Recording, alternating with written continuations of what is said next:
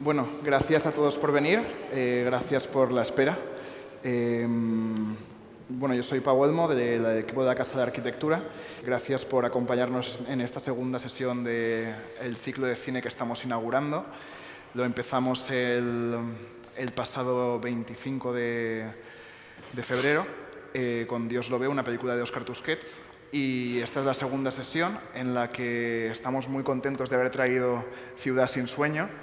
No sé si conocéis la película y a las personas que nos acompañan en la mesa. Guillermo Galoes, su director, y el equipo de arquitectos de Basurama, un colectivo muy implicado en los procesos urbanísticos que atañen a la Cañada Real. Vamos a hacer como un pequeño coloquio introductorio y luego pasaremos a la proyección de la película. Yo había preparado unas pequeñas palabras para introducir a Guillermo y a Basurama y un poco empezar esta sesión. Somos una cultura que no considera que la aurora sea parte de sus días. En ese sentido, absolutamente literal, nuestros días empiezan cuando el día ya está hecho. Somos una cultura que abandonó el amanecer. Es eso, nada más, pura insistencia. Esta frase me repiquetea desde hace días. Somos una cultura que abandonó el amanecer. Esto lo leí en un artículo que publicaba Irene Vallejo en El País hace unos días, y ella decía que la idea no tiene demasiado desarrollo, pero que está claro que con tantos problemas tan serios y que requieren y que merecen nuestra atención hoy en día, el que no concebimos y hemos perdido esa sensación de amanecer, para ella es absolutamente literal. Nuestros días empiezan cuando el día ya está hecho. Nos levantamos. Los clásicos decían, nos recordamos cuando hay luz en el mundo. Es antes que nada un efecto secundario de la electricidad. Durante milenios hemos vivido al ritmo del sol. En la noche todo era tanto más difícil e iluminarse era envidiado privilegio de unos pocos. Entonces las personas se despertaban con las primeras claridades, o un rato antes para aprovecharlas, y se iban a acostar poco después de las últimas. La difusión de la luz eléctrica cambió estas costumbres. Podemos aclararnos cuando queremos y podemos inventarnos los horarios y podemos consagrar la noche como el espacio más apetecido, el trofeo de nuestro triunfo sobre la naturaleza. La luz del día es para trabajar, para entregar fuerza de trabajo a cambio de los medios para reproducirla. Y la de la noche para divertirse. El día es ajeno y la noche se hace propia. Es nuestra recompensa. Y en esa conquista de la noche perdimos el amanecer. Guillermo Galoe, director de Ciudad sin sueño, de una ciudad sin luz, visitó Cañada Real por primera vez en 2014 para hacer un documental, Frágil Equilibrio, por el que ganaría el Goya. Y le impactó. A Guillermo le pareció un lugar fuera del espacio y del tiempo, con una energía especial y con personas a las que no miramos, pero que nos miran desde muy cerca. Fue ganando su confianza poco a poco, compartiendo con ellos mucho antes de sacar la primera cámara, que puede dar quizá una sensación como muy invasiva, ¿no? Ir a la cañada y ponerse a grabar un documental. Pero bueno, fue construyendo el guión a medida que iba conociendo a los actores que se convertían en sus personajes. La Cañada Real, por si alguno de los presentes lo desconoce, es uno de los mayores asentamientos ilegales de Europa, a menos de 10 kilómetros del centro de la ciudad, donde ante la pasividad de las administraciones, cerca de 4.000 personas, de las que 1.800 son menores, pasan sus largas noches de invierno sumidas en el frío y la oscuridad forzada, sin posibilidad de acceso a la electricidad. Quizá tengan un amanecer, pero cuando se hace de noche no hay luz. En la película que hoy vamos a ver se entrevé un lamento repetido: no puedo más. Y es que sus protagonistas nos recuerdan que no hay mayor odisea que vivir en el filo cuando cada día pende de un hilo. Hace falta aplaudir y apoyar a quienes corren el maratón de la supervivencia, no del éxito. Allí nos jugamos el futuro, sin dogmas ni estigmas, sin impotencia ni prepotencia. Ahora nos dirá su director, pero bueno, yo creo que para empezar este coloquio había que contar precisamente eso. ¿Qué pasa cuando deja de haber un futuro? ¿Qué pasa cuando deja de haber un amanecer? ¿Qué pasa cuando se apaga la luz? Con esta pregunta me gustaría abrir la conversación, pero no sin antes introducir a Mónica y a Rubén, que nos acompañan hoy aquí. Y quisiera introducirles con las palabras de otra película que pronto esperamos traer también a este ciclo de cine, El 47, no sé si la conocéis o la habéis visto. La película del 47 empieza con un fragmento de texto que dice lo siguiente. Durante la década de los años 50 y 60 del siglo pasado, miles de inmigrantes de Extremadura y Andalucía dejaron su tierra, huyendo de la miseria y el hambre, de la posguerra, del trato de los señoritos y de la asfixia moral de los cortijos. Buscaban una vida más digna, en zonas más industrializadas como Euskadi, Madrid y Cataluña. Algunos podían comprar parcelas en el extrarradio de las grandes ciudades, donde se construían sus hogares. El chabolismo era la única opción para la mayoría. De esto no hace tanto. Barrios de chabolas empezaron a crecer alrededor de las capitales, de nuestras áreas metropolitanas. La ley del suelo, la aplicación estatal de la autoridad, decía que si al salir el sol, al amanecer, una construcción tenía techo, la autoridad no podía tocarla. Pero si al salir el sol si al salir el sol no estaba construida, no había una techumbre, sería derribada. Y así pasaba. Hoy Basurama nos acompañan para compartir su experiencia situada, crítica y profundamente conectada con la realidad que atraviesa Ciudad sin Sueño. Su trabajo en la Cañada Real dialoga directamente con cuestiones clave como el modelo de desarrollo, la gestión de los residuos, la desigualdad territorial y la capacidad de las comunidades para producir ciudad desde abajo. Os lanzo la pregunta a ambos. ¿Qué pasa cuando se apaga la luz? ¿Qué pasa cuando en un urbanismo tan cerca de nuestras casas, de nuestra ciudad, se empieza a vivir sin sueño? Bueno, muchísimas gracias a todos y a todas. Gracias, Pau. Gracias, compañeros, por estar aquí también. Creo que es de las introducciones más bonitas que ha habido sobre esta película, puesto que mencionas algo que está muy relacionado de forma poética con todo el universo, no solo de esta película, sino de todo el trabajo cinematográfico que hemos hecho en Cañada, ¿no? Tú hablas de aurora, hablas de amanecer, sin duda un momento bellísimo que los cineastas ansiamos siempre por capturar y que dura muy poco y que es, bueno, en términos industriales es siempre carísimo filmar el amanecer y el atardecer, ¿no? Pero eso se traduce también en, bueno, en ese momento que está entre medias, ¿no? Cañada siento que es un lugar que está entre medias también, ¿no? Entre lo rural y lo urbano, ¿no? Y es una frontera también, ¿no? Y creo que es uno de los motivos también por los que realmente me atraía, ¿no? Con todos los elementos que tiene la frontera. Tú preguntabas, ¿no? Preguntabas sobre qué significa, ¿no? Vivir sin futuro o sin esa idea de futuro, sin amanecer, ¿no? Sin sentir que el sol va a amanecer al día siguiente, ¿no? De repente me ha hecho pensar en el cortometraje que hice antes de Ciudad sin Sueño, que se llama Aunque es de noche, ¿no? El título está inspirado en un poema de San Juan de la Cruz, que luego hizo Morente unos tangos, y Rosalía también hizo un tema precioso, una versión preciosa. Y claro, yo recuerdo, ¿no? cuando hacíamos... le puse el título de una manera muy intuitiva, ¿no? Que es como suelo hacer las cosas y luego voy encontrando esos motivos por los que las hice, ¿no? Y realmente hay algo en San Juan de la Cruz, cuando habla de ese poema, en esa noche oscura, ¿no? De la que habla él, en la que él encuentra de alguna forma o busca a Dios. Porque creo que hay algo cuando hay mucha oscuridad, ¿no? La luz que hay de repente cobra otra dimensión que si estuviera todo iluminado, ¿no? Entonces, en esa búsqueda, supongo, de él, no sé, quiero pensar de Dios, pues en esa noche oscura en la que él estaba recluido, él pasó un tiempo recluido, ¿no?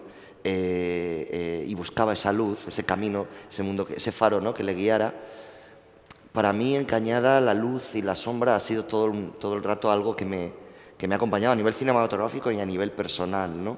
Como tú bien decías antes, uno de los motivos, una de las pulsiones que me llevaron fue conocer a esas personas que tenían una luz muy fuerte, muy grande, porque, bueno, en términos más concretos se traduce en una necesidad de ser vistas, de ser escuchadas, una necesidad de existir, ¿no? Que es algo que, digamos, esta estructura social en la que vivimos no se lo permite.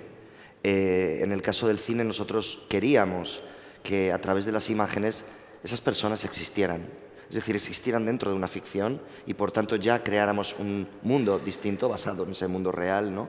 Que también pudiera ser una representación, un reflejo desde una cosa muy local, como puede ser la Cañada, de muchas dinámicas que existen en el mundo, ¿no? En distintos ámbitos y sitios muy lejanos, ¿no? Casi una heterotopía de lo que puede ser un mundo mucho más amplio, ¿no? Y bueno, y pensábamos que hacer ficción, ¿no?, interpretada por las personas que viven allí sería una forma de crear realidades alternativas, ¿no? Proponer un futuro distinto también a muchas personas que viven allí, que además se lo proponíamos directamente como actores, es decir, ¿qué pasaría si en vez de decir esto a lo que estamos acostumbrados dijéramos esto, ¿no? ¿Qué pasaría si en vez de hacer esto hicieras esto otro, ¿no? Entonces, bueno, volviendo rápido a la pregunta, yo creo que en Cañada hay un tema muy grande que es la temporalidad. Es decir, no se concibe el tiempo de nuestras vidas como lo concebimos probablemente todos los que estamos en esta sala. Probablemente todos los que estamos en esta sala, cuando éramos adolescentes, de alguna otra forma, existía una proyección de futuro, la famosa frase, ¿qué vas a hacer de mayor? ¿Qué quieres ser de mayor? ¿No? ¿Qué vas a estudiar? ¿No? Teníamos un dilema siempre cuando se acercaba el momento de la selectividad de bueno, ¿hacia dónde voy a tirar? ¿No? Y mucha gente, de hecho, en esa época de sus vidas está perdida, y creo que en ese sentido el sistema universitario debería planteárselo, ¿no? En Cañada eso no existe. En Cañada existe hoy y quizá mañana, y no hay una sensación de entender incluso bien las fechas. Claro. De cuándo es el 25 de abril, dentro de cuánto, de 3 semanas, 4 o 5 meses. Eso es así, ¿no? Y me pareció, no lo juzgo, pero me pareció muy interesante a la hora de entender cómo estos personajes se relacionan con el mundo. Por añadir una capa y lanzando el guante a Mónica y a Rubén, os lanzo la misma pregunta, pero aprovechando que estamos en el MIBAU, en el Ministerio de Vivienda y Agenda Urbana, la falta de luz en Cañada ha sido central en los últimos años. Es evidente que estamos ante un problema político y os quería preguntar qué papel juegan las instituciones y las políticas públicas frente a esta situación. ¿Cómo se construye el espacio público cuando no hay planificación institucional? ¿Cómo se puede vivir sin luz desde ahí? A ver, yo para empezar sí que retomo una cosa que ha dicho Guillermo, ¿no? Que es como en este territorio en disputa, porque Cañada, siendo un espacio frontera, también es un territorio en disputa, ¿no? Y las mujeres, por ejemplo, con las que nosotros trabajamos, eso lo tienen como muy firmemente arraigado, ¿no? Pero creo que en ese punto, ¿no?, de sueño o de interfase que es la Cañada, también hay un margen en el que se puede pensar o ampliar el margen de lo posible, ¿no? En esa temporalidad de la que tú hablas también se permite, por ejemplo, los errores o los tiempos intermedios, ¿no? Estas construcciones, por ejemplo, que hacen que son como temporales, pero que todo lo temporal se vuelve un poco permanente y va cambiando, ¿no? Y se le van añadiendo capas y se va ampliando por un lado o por otro, van apareciendo nuevos materiales. Entonces, todo eso tiene un margen de ampliar la imaginación o de ampliar los mundos posibles que también creo que permite soñar, ¿no? No sé si ellos lo piensan tanto como soñar, pero por lo menos a los que vamos allí nos permite soñar, ¿no? Claro. Entonces, ellos nos hacen soñar a nosotros de alguna manera y creo que eso es importante y hay que ponerlo en valor, ¿no? Por supuesto. Y bueno... Sí, has hablado de amanecer y yo personalmente no he visto el amanecer, pero sí hemos podido disfrutar de varios atardeceres en la Cañada. Es un lugar increíble. No sé cuántos de vosotros habéis estado en la Cañada alguna vez, que antes preguntaba, para hacernos la idea, 3 o 4. Bueno, pues esta parte del camino tiene rodeada de unas montañas artificiales que hace 30 años eran residuos. Y ahora son montañas gigantes de los de puedes pasear por arriba, está empezando sobre esos residuos a generar verde y a crecer verde, ahora en primavera está muy bonito. Y tiene unas vistas de Madrid increíbles, ¿no? Paseas ahí a lo alto, se ve todo Madrid, se ve la sierra, se ve el centro y se ve cómo viene, que es otro tema, cómo se acerca la ciudad, el ensanche de Vallecas, las nuevas grúas de los Berrocales, y como la presión inmobiliaria, de repente, es de este mundo donde estábamos aquí sin luz, invisibles, de repente estamos presentes porque ya nos tocamos con la ciudad. Entonces, ese ver atardecer, que siempre salen las conversaciones con las mujeres con las que trabajamos, pasear, ¿no? Ese sueño alcanzable de ver atardecer. Ellas desean la ciudad formal, ¿no? Donde hay parques de juegos para niños que puedan estar con sus hijos, donde pueden hacer una burocracia en correos o ir al centro de salud y sueñan con esa ciudad que se ve desde esta montaña, que tardan como 45 minutos atravesando una carretera, unos descampados, lo rural, ¿no? Pero a la vez esos sueños lejanos están en las necesidades y estos sueños pequeños de poder tener agua caliente, de poder tener un banco, una placita, una parada de autobús para encontrarse las madres mientras vienen sus hijos el autobús escolar, porque no hay un autobús regular, son autobuses específicos que van allí, cogen a los chavales y se vuelven, ¿no?, a la ciudad formal. Entonces, esa dualidad entre el deseo del atardecer a lo lejos y proyectarse, que veréis en la peli, las dudas, ¿no?, de proyección, si quiero vivir en la ciudad formal, si me quiero quedar aquí, resistir, que es la tensión de la peli, está súper presente, y esos sueños pequeños, esas necesidades de lo mínimo, de cómo conviven. Bueno, son muchas capas que no va a dar tiempo a hablar, para eso está la peli también, para abrir y para invitaros a todas vosotras en cualquier momento, de manera personal o en cualquier actividad, incluso ir al vertedero de Valdemín Gómez como actividad para perderse, conocer, caminar desde Vallecas hasta estas montañas libremente y mezclarse con esta luz, ¿no? Es verdad que además el impacto que tiene no tener luz es completamente diferencial en la vida de las mujeres. O sea, la vida de las mujeres es infinitamente más dura porque todas esas tareas de cuidados que la luz no permite, como poner la lavadora, implican una carga muchísimo mayor sobre ellas, ¿no? Entonces, eso también es algo que hay que visibilizar. Pero en esto que tú mencionas sobre cómo... Claro, la Cañada ahora mismo tiene una presión por todos los desarrollos urbanos que hay alrededor brutal. De hecho, de ahí que ahora mismo esté en peligro y estén ya llegando cartas de desalojo, ¿no?, o de derribo, es básicamente por el crecimiento urbano. Pero claro, tú hablas de ese crecimiento urbano organizado. Yo me pregunto si realmente está organizado, ¿no? Es como el espacio público. Nosotros se supone que tenemos un espacio público que está diseñado, pero ¿realmente el espacio público responde a lo que el espacio público debería de ser? Pues claro, ahí están las cosas, ¿no? Que nosotros vivimos en un mundo, digamos, organizado, pero también muy entre comillas, ¿no? No, por supuesto, sí. Estoy plenamente de acuerdo en que el espacio público en el que podemos, que no es el de Cañada, que es en el que cohabitamos en la ciudad, aquí mismo, en la Castellana o en cualquier lugar de Madrid, soslaya asimetrías de clase, de género y asimetrías de etnia, por supuesto.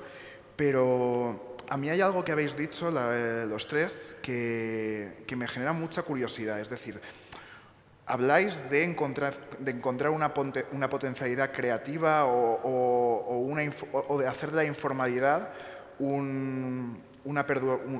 algo perdurable en el tiempo.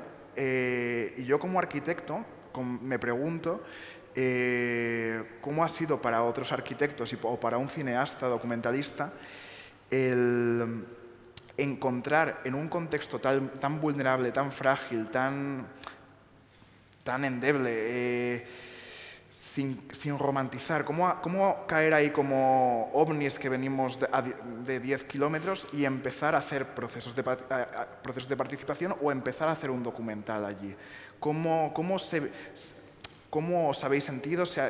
¿Cómo se ha gestionado? Porque hay un punto de extrañeza y sobre todo de entender prácticas de aproximación que quizá sea un poco algo como muy potencial en todo esto. ¿Cómo aproximarse a estos contextos como agentes externos? ¿Cómo lo habéis logrado? Nosotros desde Basurama, desde hace muchos años, cuando éramos jóvenes y estudiábamos arquitectura y las revistas, nos empezó a interesar la basura porque era algo que podíamos acceder de manera gratuita por las calles de Malasaña, donde fuera. Todavía había cierto reparo en coger basura de la calle, ahora un poco reutilizar está un poco más aceptado. Pero bueno, empezamos a investigar sobre la basura y, claro, conocer Valdemín-Gómez, dónde va la basura, los lugares invisibles, vertederos, chatarrerías. Y enseguida pues fuimos a ver Valdemín-Gómez y de ahí descubrimos la Cañada realmente, ¿no? El mundo de la droga, la construcción alrededor de Valdemín-Gómez. Es la basura, ¿no? Bueno, ahora no se llama vertedero Valdemín-Gómez, se llama Parque Tecnológico, ¿no? Ha ido creciendo, se han ido cerrando los vertederos de Madrid y ahora solo existe toda la basura que generamos, los que estamos aquí, más los tantos millones que somos en Madrid, toda la basura de todos los días, camiones y camiones, van a la Cañada Real, al vertedero que está al lado. Más la basura de escombros, efectivamente, que se ha ido también centralizando. Se ha centralizado todo en Valdemín-Gómez. O sea, los desplazados, la basura, la droga, lo que no se quiere ver, estar presente, pues de repente está ahí en la Cañada. Entonces es potente esa situación. Claro, como actores, como personas que nos interesaban los residuos, las personas, las comunidades, pues enseguida el espacio público, que de repente es destrucción, no existe, ¿no? Hablábamos antes con Guille, ¿dónde está la plaza de la Cañada Real, ¿no? El lugar de encuentro no existe porque hay tal nivel de precariedad que las casas por dentro, que hemos tenido la oportunidad de estar dentro, de ver fotos, son increíbles, pero por fuera, ¿no? El espacio público todo es destrucción, ¿no? Porque es imposible mantenerlo, el cuidado. Entonces, y residuos por todos lados, autoconstrucción, bueno, pues de repente un paisaje del que aprender, de lo que reflexionar, de por qué no generar relaciones, redes, pues con otros colectivos, con otras entidades, para entender soluciones. Incluso llegamos a conectar en el 2010 La Noche en Blanco, que es un súper evento cultural en Madrid, que Basurama fuimos comisarios y planteamos una serie de juegos en la calle, espacio público, y las segundas vidas de estos juegos, algunas de ellas, las llevamos al Gallinero, que era ya no existe el Gallinero como tal, creo, pues un pequeño, dentro del sector 6, una zona de gitanos sobre todo, súper precaria, llena de basura, y pusimos unos toboganes gigantes de unas tuberías y claro, fue depositarlos ahí, convertirse el juego, ¿no? Todos los niños salieron, niños que crecen sin una zona de juegos oficial, ¿no? Sin una plaza, sin un parque oficial. Entonces, bueno, desde ahí nosotros hemos tenido las posibilidades de trabajar en proyectos. Ahora estamos trabajando con Elena Lavalles, que está por ahí, y con más otros arquitectos e ingenieros, trabajando con los residuos de cenizas de la incineradora y para construir un sistema constructivo a partir de módulos para poder generar infraestructura propia en el espacio público, lugares de encuentro, bueno, procesos complejos que requieren tiempos largos, acciones pequeñas, confianza, trabajando sobre todo con esta comunidad de Tabadol, de mujeres, pero bueno, luego quien aparece por ahí, ¿no? Pues chavales, desde la mezquita, bueno, cuanto más vas, enseguida esa red y esas necesidades, o sea, aparecen y de repente son oportunidades de aprender muchas cosas, porque realmente, ya perdona, termino, es una ciudad lineal, es una ciudad jardín, sus casas con su huerto, muy integrada pese a la destrucción y la basura que hay por las demoliciones que no recoge la administración. La administración hace demoliciones de casas y deja los escombros por ahí a propósito, para que ese paisaje de destrucción sea esa presión, ¿no? Pero claro, te extraes de eso y es un lugar verde, con un paseo increíble, una ciudad jardín que si estuviera cuidada por la administración y con las mínimas infraestructuras de dignidad, sería un lugar al que todos queríamos estar, ¿no? En que esos PAUs cerrados querían parecerse más a este lugar que integra naturaleza y ciudad de una manera orgánica, natural, y de la que hay mucho que aprender, autoconstructiva. Qué maravilla el trabajo que hacéis allí, porque a mí yo estaba siempre pensando, ¿no? Cuando hacía la película, en cómo había esta economía allí de la basura, ¿no? Es decir, lo hablábamos antes, ¿no? De hay una frase que dice Tony cuando está chatarreando con su abuelo, dice, "Jo, estos payos lo tiran todo", ¿no? En realidad ellos están cogiendo esos restos que a veces sirven para hacer casas, a veces sirven para que se genere una nueva microeconomía, ¿no? E incluso, bueno, no lo vamos a negar, o sea, en algunas parcelas son casi como zonas de vertedero improvisado, es decir, queman basura y eso también es una economía, porque ellos reciben dinero de lo que algunos camiones traen, ¿no? Incluso luego hay un sistema también, he visto sistemas de separar residuos, separan el cartón, la madera y tal, ¿no? En un sitio que no es regularizado, ¿no? Me ha gustado mucho lo que decías sobre la temporalidad. Yo creo que hay algo que también vincula mucho este trabajo con el mío en cuanto a que efectivamente yo construyo una arquitectura distinta, que es una arquitectura de imágenes, un mundo nuevo a partir de un mundo que ya existe y lo relaboro, ¿no? Porque hablabas, Pau, de documental, pero es verdad que parece mucho documental, pero es que es una absoluta ficción. O sea, el trabajo que hacemos con Ciudad sin Sueño, lo que veréis son actores, todos los actores de la película son gente que vive en Cañada, pero que interpretan un papel, interpretan un guión. Las familias no son reales, son construidas, las relaciones son todas construidas, ¿no? Aunque luego muchos son primos, pero no son la familia que son, ¿no? Hay un trabajo ahí de preparación actoral que yo creo que rima mucho con este trabajo que hacéis vosotros, ¿no? Porque yo llego allí, ¿no? A este lugar que llego un poco, pues, no sé, voy en metro, llego allí, aparezco allí y digo, quiero hacer una película. Hola, soy director de cine, voy a hacer una película, ¿no? La historia de mi vida en distintos sitios del mundo y lo primero es como, ¿qué? En caso de Cañada fue, ¿por qué una película sobre nosotros, ¿no? Entonces hay desconfianza, porque allí lo primero que empiezan a mirar es si eres secreta o si eres periodista, ¿no? ¿Por qué? Porque siempre además me he encontrado el resto de otras imágenes que se han hecho, no solo aquí, sino en todos los sitios donde he trabajado en el mundo, en estos entornos, ¿no? El resto de otras imágenes que se han hecho que no dignificaban, no consagraban, sino que perpetuaban un distanciamiento, el estigma completamente, ¿no? Entonces, bueno, hay un trabajo ahí de, respondiendo a tu pregunta, de mostrar que, bueno, que mis intenciones no son las mismas, pero bueno, al final eso son palabras, ¿no? Entonces, de alguna forma, yo creo que la confianza se construye a base de tiempo, de estar, como decíais vosotros, ¿no? De pasear por allí y poco a poco van saliendo, van generándose dinámicas en las que tú ya puedes participar, ¿no? Es estar. Y además es algo que creo que tiene mucho valor, sobre todo en esta sociedad que vivimos extremadamente capitalista, ¿no? Y ansiosamente globalizada, en la que todo está monetizado. El tiempo es el valor más grande y el tiempo vale oro. Es decir, gente que va allí y se pasa mucho tiempo trabajando en un sitio como este tiene mucho valor, porque eso es un tiempo que en términos capitalistas es dinero y no todo el mundo está dispuesto a perder dinero, ¿no? Pues yo creo que nosotros hemos estado perdiendo mucho dinero, se podría decir así, o también de alguna forma invirtiendo nuestro tiempo, que es lo que más me interesa más, ¿no? Invirtiendo nuestro tiempo en crear unas dinámicas creadas a fuego lento que permitan que la comunidad y nosotros que venimos de fuera, nosotros dejemos de ser aliens, ¿no? Y empecemos a formar parte de la comunidad, el tejido de la comunidad, sin olvidar que somos otros. Es decir, que nosotros vamos a casa, le damos al botón y tenemos luz en casa, ¿no? Nunca hay que olvidar esa dinámica tampoco. Creo que es importante también entender cuando vamos a estos lugares, por lo menos como cineasta, que se establecen siempre dinámicas de poder, aunque sean invisibles y aunque tú tengas las mejores intenciones. Cuando tú pones una cámara delante de unos individuos que son personas que están en un estado de vulnerabilidad máxima, hay una dinámica de poder muy fuerte.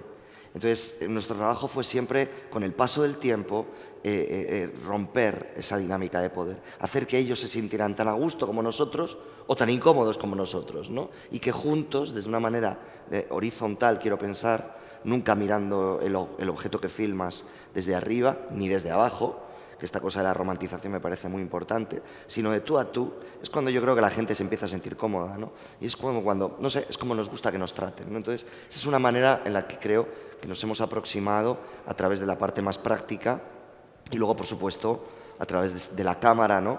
Que es un objeto que registra fríamente todos y cada uno de los gestos que hacemos, ¿no? Pues evidentemente tratar con cariño y amor a los personajes que has creado y que están encarnados por estos actores, ¿no? Claro, pero vuelvo a una de las preguntas iniciales, porque Mónica me ha respondido un poco, pero os habéis escurrido los dos, os habéis ido por la tangente. Yo estoy de acuerdo que podemos entender la Cañada Real como un fallo estructural del modelo urbano o del desarrollismo que obedece a todas las... que podemos emplazarlo en... ¿Un fallo o una resistencia? Claro, ahí voy. Es decir, vuestro trabajo, tanto vuestro trabajo como el de Guillermo en Cañada, esta labor de resistencia se puede leer absolutamente como un acto de resistencia política, pero no nos olvidemos que sois un colectivo de arquitectos y sois un cineasta.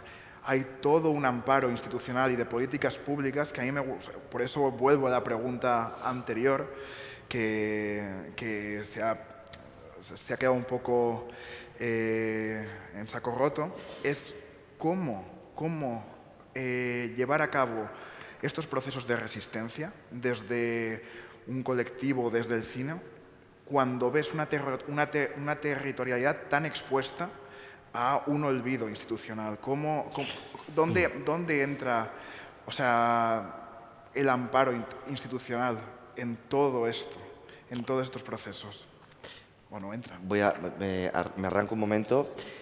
A ver, claro, la pregunta es muy amplia, Pau, pero o sea, por un lado, yo personalmente tengo una opinión respecto a lo que está sucediendo allí, por lo que yo he visto, y evidentemente hay una flagrante violación de los derechos humanos de manera explícita. Hay otras cosas de manera tácita, pero eso es explícito. Creo que es derivado también de un racismo sistémico que existe en esta sociedad. Es decir, como es una comunidad gitana, no pasa nada porque estén ahí. Principalmente gitana, luego hay comunidad magrebí, pero que también son inmigrantes, son gente vulnerable, ¿no? Y dentro de la comunidad gitana hay diferentes sectores. Están los chatarreros, pero también están los que venden droga. Pero los que venden droga son el último eslabón de una cadena donde no siempre hay un gitano en la cabeza.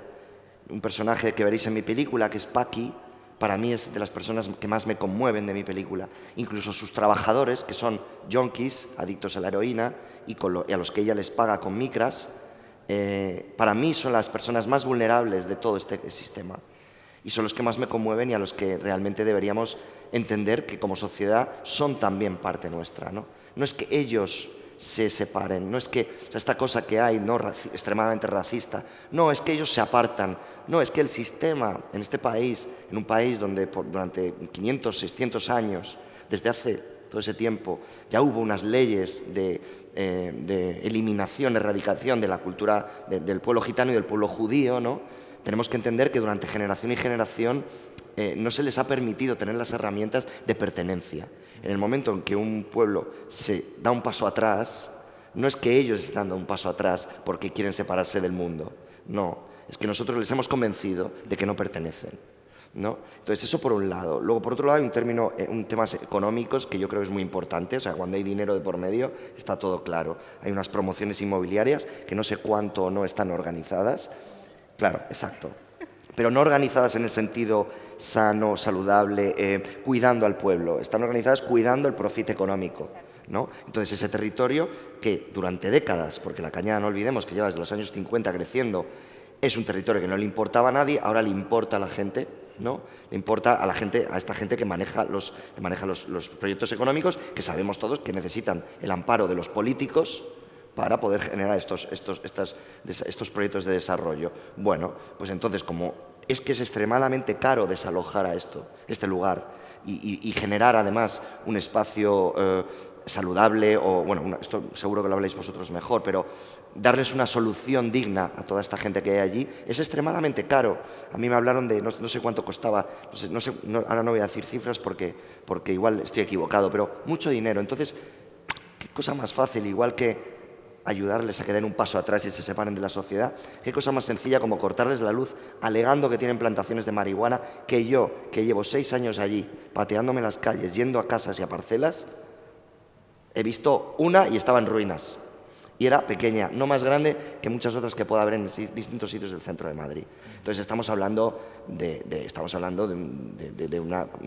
una violación de los derechos humanos, porque al final la consecuencia es que hay un montón de niños y niñas que viven en condiciones extremas. Entonces, yo como cineasta que recibo ayudas públicas para hacer mis películas de los departamentos de cultura de estos entornos donde en otros departamentos están ejecutando esta discriminación tan grave, yo me lo planteo mucho, claro. Yo tengo todo el rato un cuestionamiento, no solo por cómo hago las imágenes o cómo represento este mundo, sino cómo estoy yo, qué estoy yo aportando. Y bueno, lo que pienso es, bueno, pues esto hay que hacerlo de una determinada manera.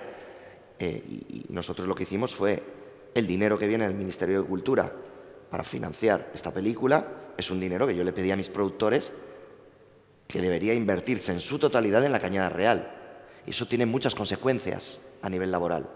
Es decir, tuvimos que montar casi una oficina de trabajo social donde regularizábamos los papeles de gente que no tiene papeles para poder ser contratada para la película. Llegamos a sacar DNIs a gente que no lo tenía.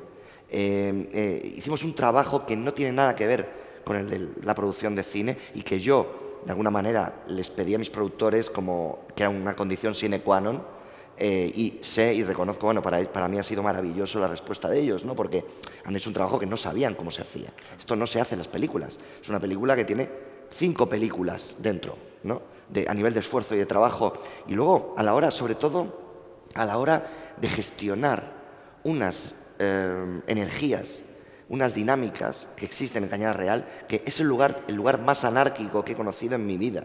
Mi coach de actores, que es una colombiana que trabaja mucho con actores naturales en Latinoamérica, me decía, yo, Guillermo, he trabajado con los sicarios en Medellín, he trabajado con gente y es que ni siquiera, o sea, era mucho más fácil que trabajar en Cañada. ¿Por qué? Por el desorden, por el caos, por la sensación de que no hay un orden, ¿no? O el orden es propio, o tiene unas leyes distintas al orden que vivimos aquí, ¿no? Y que también me interesa porque la película pone en cuestión de esa forma nuestras leyes, ¿no? Y entonces en ese caos es muy difícil hacer cine, porque el cine, por muy alternativo que sea el modelo que utilices, y en esta película hemos utilizado todos, desde 70 personas de equipo filmando una ficción canónica, hasta los 2 chavales y yo con el teléfono móvil, pasando horas y horas en esa montaña que hablabais, ¿no? En esos espacios buscando juegos que filmar para que entrara en la película, ¿no? Pero en cualquiera de estos modelos necesitas un orden y allí no lo hay. Y eso, claro, nosotros lo hemos pagado con tiempo. Por eso esos 7 años de trabajo allí, ¿no? Porque las cosas tienen que hacerse a fuego lento. Si no, hubiéramos hecho un proyecto con connotaciones pues probablemente racistas, clasistas, y hubiéramos arrasado con una comunidad en vez de incorporar a la comunidad y a sus leyes a nuestra manera de trabajar. Yo creo que lo político está en ese modus operandi, mucho más que lo que veréis en la película, porque la película para mí no es un lugar donde lanzaros mensajes, explicaros todo esto que os estoy explicando. Es un lugar, un espacio poético donde detrás todo el rato está sucediendo esto que os cuento, ¿no? Es decir, la película es el resultado a nivel íntimo de todo este contexto sociopolítico y estas dificultades que estamos hablando, ¿no? Entonces agradezco también estos espacios para poder hablar esto con más detalle, ¿no? No, sí, justamente un poco el objetivo de hacer una proyección y tener un espacio de conversatorio previo es, más allá de desentrañar el contenido de la película, es dar voz a los procesos que la han situado. O sea, o que la han empezado a guionizar o a aproximarse a un entorno de filmación. A ver, poco más que añadir, es que realmente hay una situación de violencia institucional y violencia administrativa clarísima. O sea, clarísima, es que existe y hay derechos humanos negados, como el derecho a la vivienda, como el derecho a la educación, como el derecho a la salud, como el derecho a una vida digna, básicamente. Entonces, claro, el paso sería abrir un proceso de diálogo con la población de Cañada para, si se produce un realojo, cómo se produce, dónde se produce, en qué condiciones se produce, pero ese diálogo es negado de manera permanente y muy reclamado desde Cañada. Claro, esa era de mis últimas preguntas para concluir este conversatorio, los lanzo los 3. ¿Qué horizontes veis? O sea, ¿qué horizonte de posibilidad tiene este urbanismo, esta territorialidad? O sea, asumiendo todas las violencias a las que está sometido. La pregunta es por qué, me voy a escapar a lo mejor otra vez, ¿por qué no se integra lo que hay, ¿no? La existencia de... Bueno, tenéis una línea del tiempo que os hemos repartido antes, desde cuando era una vía pecuaria, pasaban animales, luego los primeros huertos, las situaciones, los intentos de diálogo, cómo Valdemín Gómez va creciendo, y la gente empezó a vivir ahí porque empezaron a ser huertos y luego una caseta para las herramientas, ir ahí, y de repente una caseta pasó a una casita un poco más grande. Entonces, las inmigraciones... Claro. Hay mucha gente española del sur que vive en diferentes sectores. Bueno, son 14 kilómetros en Madrid y hay varios sectores donde la película y donde estamos nosotros es más el sector 6, pero está el sector 1 que está más consolidado, ya integrado en Coslada, luego está el sector 2, el sector 3 y 4 que linda con Rivas y el sector 6 y luego ya desaparece con Valdemín Gómez. En esa línea del tiempo podéis ver un poco las situaciones poblacionales, los intentos de pactos regionales, toda mucha teoría, pero luego la práctica, los realojos, los derribos, ¿no? Como amenaza, ¿no? La presión, el corte de luz. Entonces, son muchas cosas. Y la pregunta es, ¿por qué? ¿No será mucho más fácil integrar a personas que llevan allí, que tienen derecho a vivienda, integrarlas simplemente... que tengan las mejores y la infraestructura de derechos mínima, digna, de servicios públicos, de calle, de iluminación, de todo? Si se integrara lo que existe y se legalizara a nivel...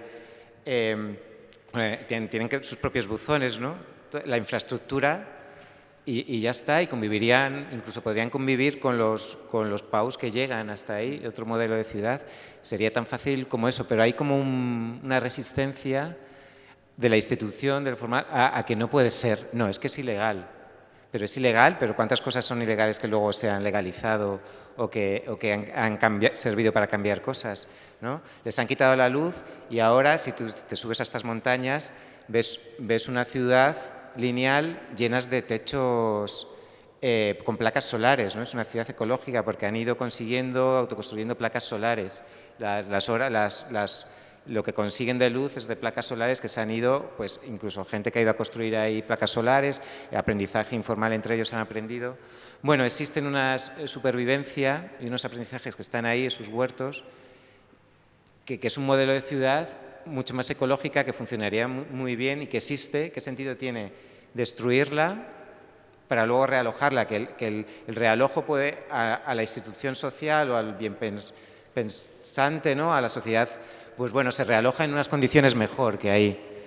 Pero claro, ¿qué significa realojarse para ellas?